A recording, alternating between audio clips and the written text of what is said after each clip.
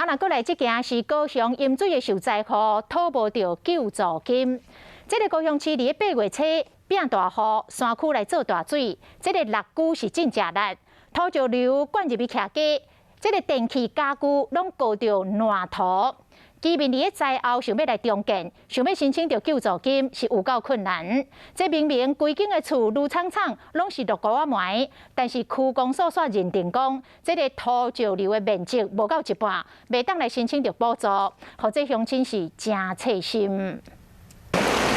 8月初，高雄山区落大雨，拢淹水，规个六股山城每一半拢浸伫水底。你看，比88风灾还严重。土石流灌到规个厝拢是，六股尾庄这间厝状况上凄惨，涂骹拢是烂土。每一间房子都这样子，这次损失惨重。椅啊、桌啊，阁有家电，全部拢捌到黄黄的土。自前门到后厅，不管是客厅、房间，或者是灶骹，全部拢真惨。想要到落大雨了后，想要申请补助，阁申请袂到。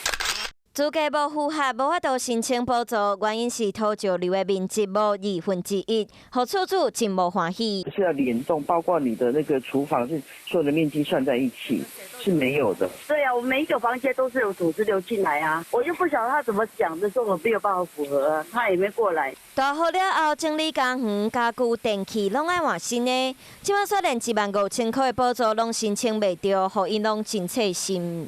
接到单子很愤怒哦，因为每一届其他的政府团体再去协求那个补助了。想要申请复查，各个公文来去，要用真侪时间，阁有精神。调查标准真严格，政府单位嘛变做居民重建家园的阻碍。